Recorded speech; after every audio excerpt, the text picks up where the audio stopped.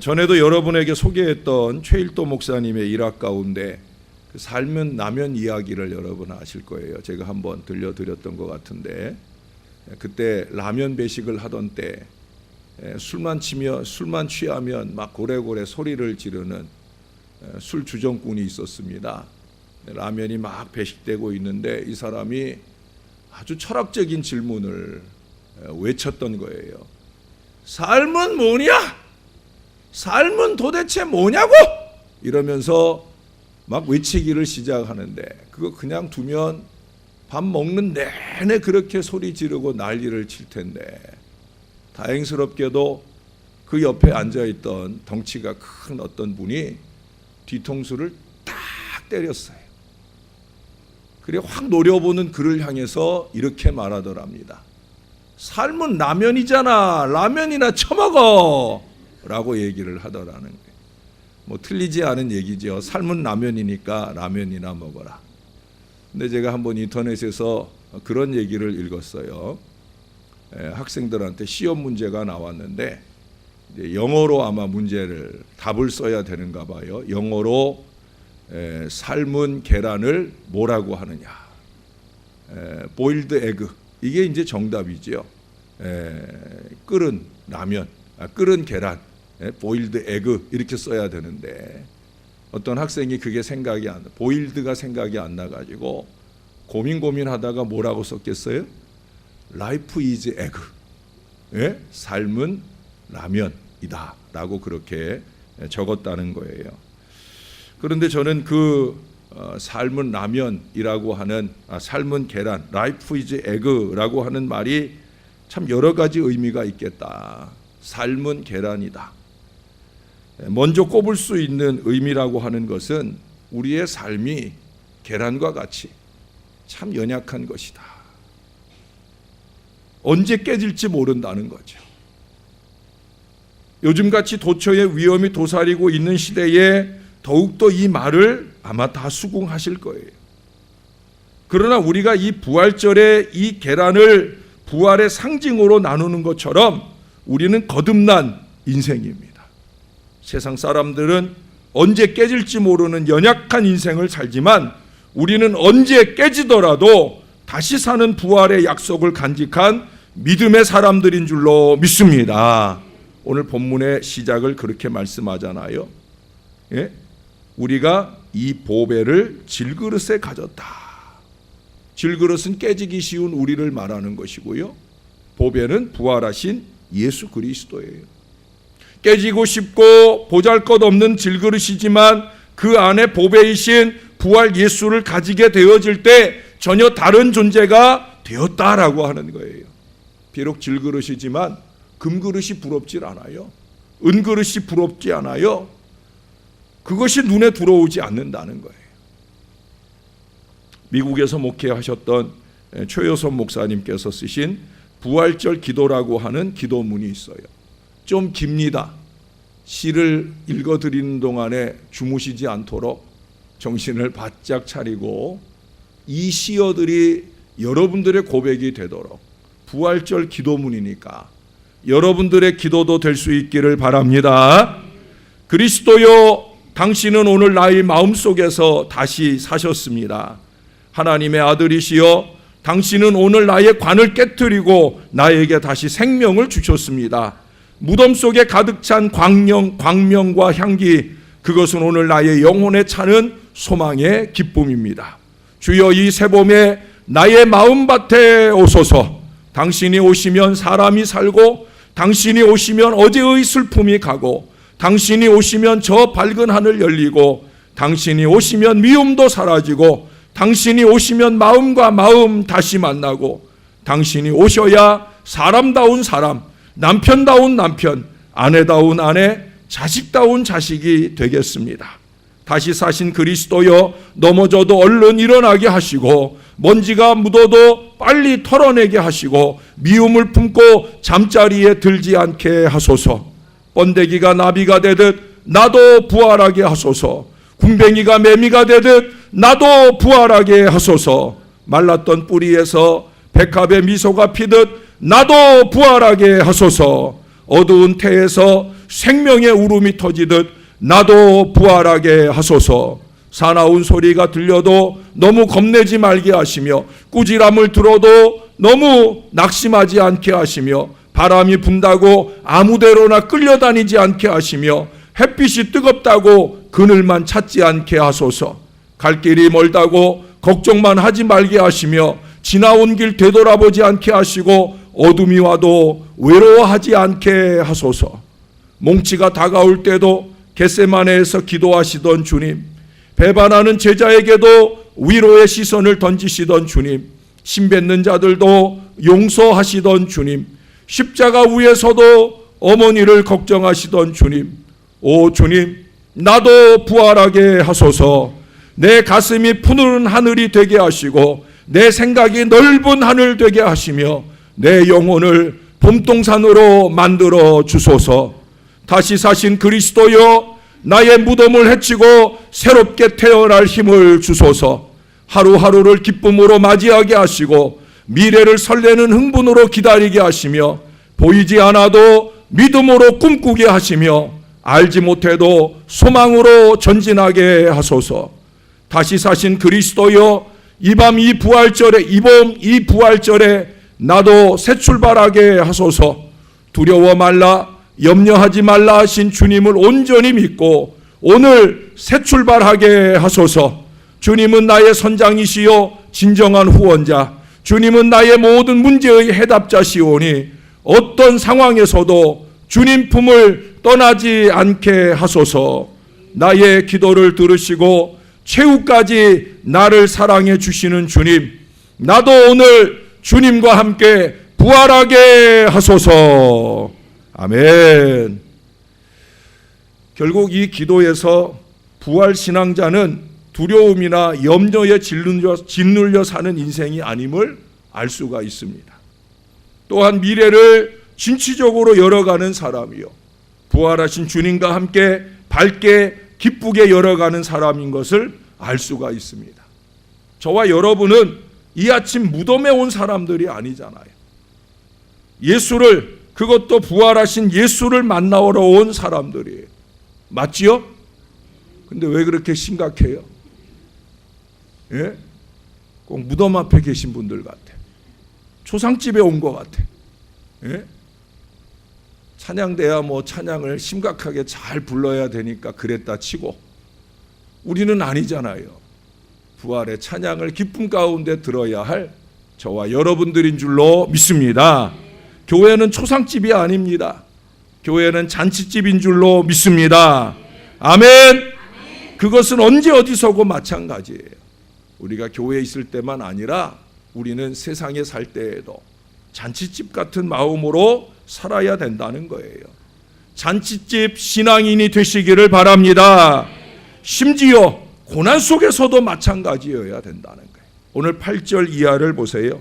우리가 사방으로 우겨쌈을 당하여도 쌓이지 아니하며 답답한 일을 당하여도 낙심하지 아니하며 박해를 받아도 버림받지 아니하며 거꾸로 트림을 당하여도 망하지 아니하고. 할렐루야. 예수의 생명이 우리 몸에, 예수의 생명이 우리 삶에 나타나게, 그것이 바로 축복이라는 거예요. 이것이 삶의 부활인 것입니다. 최유선 목사님도 끊임없이 주님 앞에 기도하잖아요.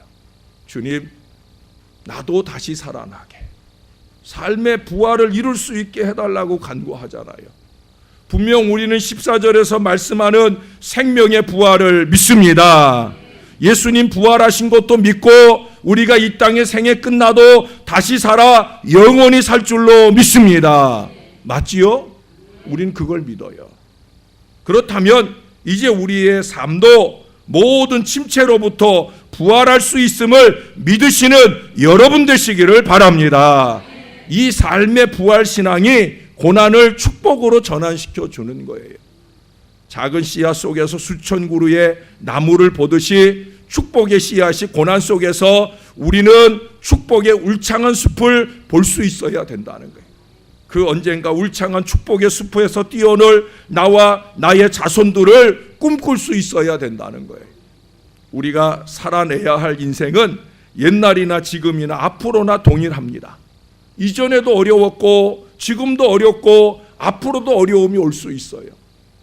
태양이 달이 될 수 없고 개나리가 진달래가 될 수 없듯이 우리의 힘든 인생은 우리의 마음과 힘으로 바꿔낼 수가 없는 거예요. 그러므로 우리가 시시각각으로 구해야 할 국률은 이 어려운 세상을 바라보는 관점과 믿음의 사이클을 바꿀 수 있도록 해달라고 그렇게 주님 앞에 기도해야 합니다. 하나님으로 세상을 보고 믿음의 눈으로 어려움을 보는 이 시각의 변화야말로 저와 여러분 안에 피어야 할 은총의 꽃이 되는 줄로 믿습니다. 그 꽃을 피워야 되는 거예요. 세상에 개나리 보고 진달래 보고 좋아할 것만 아니라 우리의 마음속에 피어야 할 이 부활의 꽃으로 행복해하는 저와 여러분들이 되어야 할 줄로 믿습니다. 사실 알고 보면 불행이 아니라 불행이라고 생각하는 내 자신이 문제예요. 힘든다고 하는 것보다 더 큰 문제는 힘들다라고 믿고 사는 내 안에 이 연약함의 문제입니다.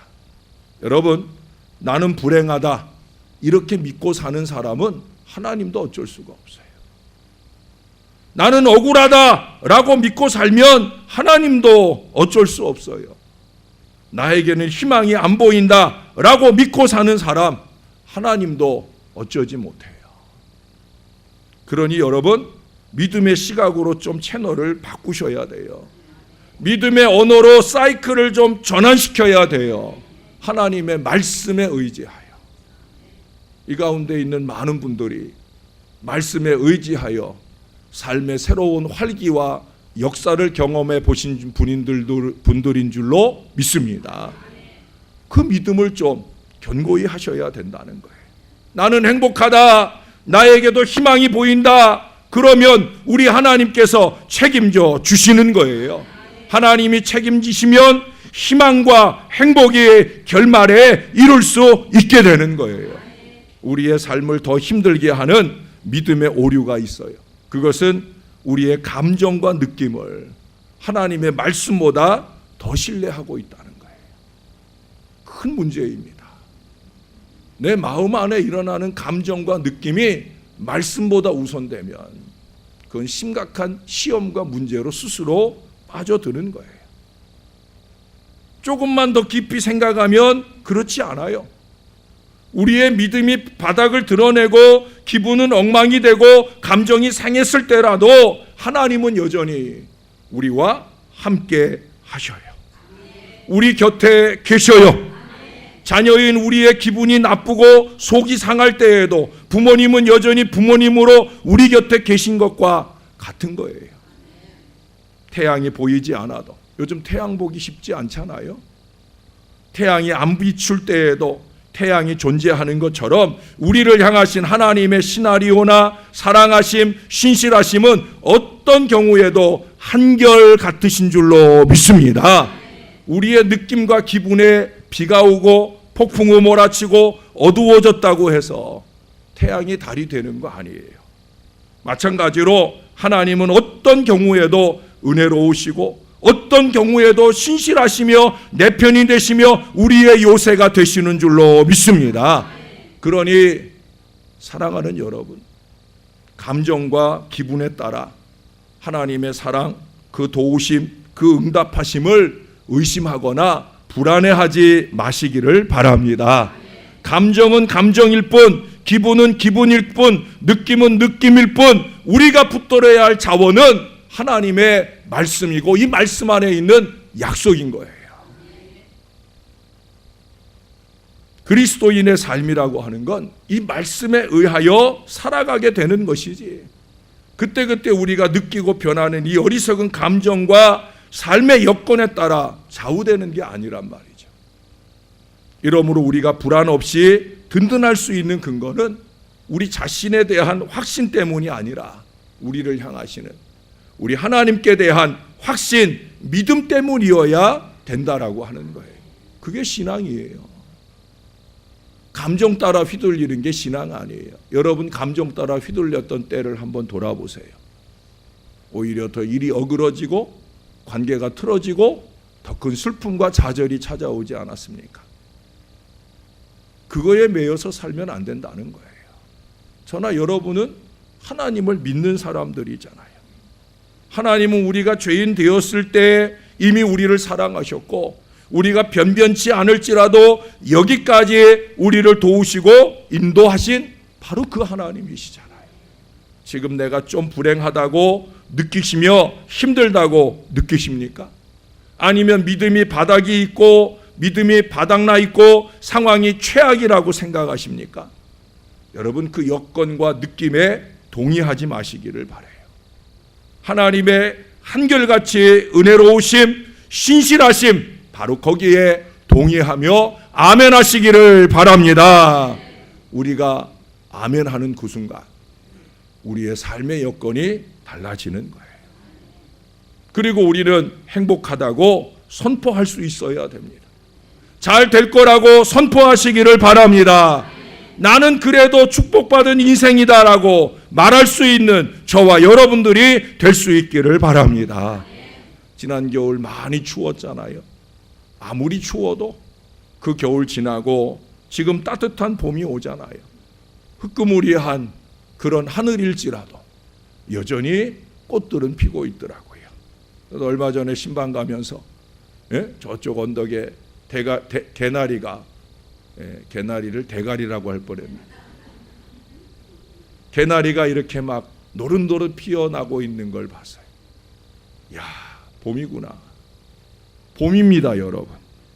그러한 상고의 진통을 겪은 후에 축복의 숲은 울창하게 펼쳐지게 될 줄로 믿습니다. 추웠던 만큼 그 꽃이 얼마나 더 반갑습니까?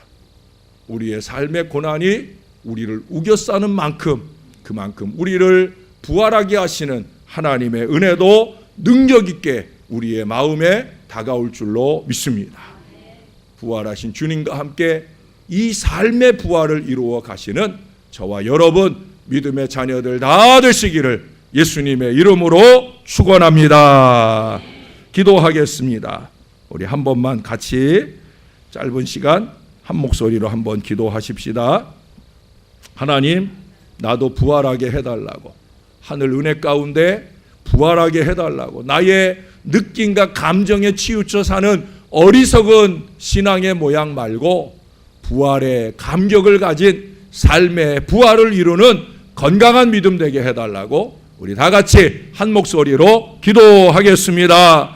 좋으신 아버지 하나님, 하늘에 참 좋으신 아버지 하나님, 상황과 환경과 우리 안에 일어나는 크고 작은 감정과 느낌대로 어리석게 행하는 저희들과 같지 아니하시고 한결같이 꾸준하게 저희와 임마누엘 하시며 저희를 지켜보시며 저희를 격려하시고 저희들에게 새 힘과 은혜를 주시니 감사합니다. 주님은 바로 그렇게 하시기 위하여 우리를 위해 부활하신 줄로 믿습니다. 나를 위해 부활하신 줄로 믿게 하여 주옵소서. 내 안에 굳건하게 살아계셔서 나의 어리석은 감정을 밀어내시고 그 안에 주님을 통한 희망을 보게 하여 주옵소서. 나태와 좌절이 아니라 희망과 부지런함으로 주님을 더욱더 의지하고 주님께 간구하며 주의 말씀대로 살아내는 능력 있는 주의 자녀들 되게 하여 주시옵소서. 그래서 이 약속의 말씀이 보장한 축복의 미래를 은혜로 사는 하나님의 자녀들 다 되게 하나님 우리를 축복해 주시옵소서. 삶의 부활입니다. 생명의 부활을 믿고 신뢰하는 저와 이 모든 자녀들이 이제 삶이 부활하게 하여 주옵소서. 이전과 다른 삶의 모양을 살게 하여 주옵소서. 주님께 영광 돌릴 건강한 믿음의 삶을 사는 삶의 부활이 이루어지게 도와 주시옵소서. 그로 통하여 주님이 우리에게 주시는 은혜와 기쁨으로 우리의 마음이 날마다 평안하게 하여 주시옵소서.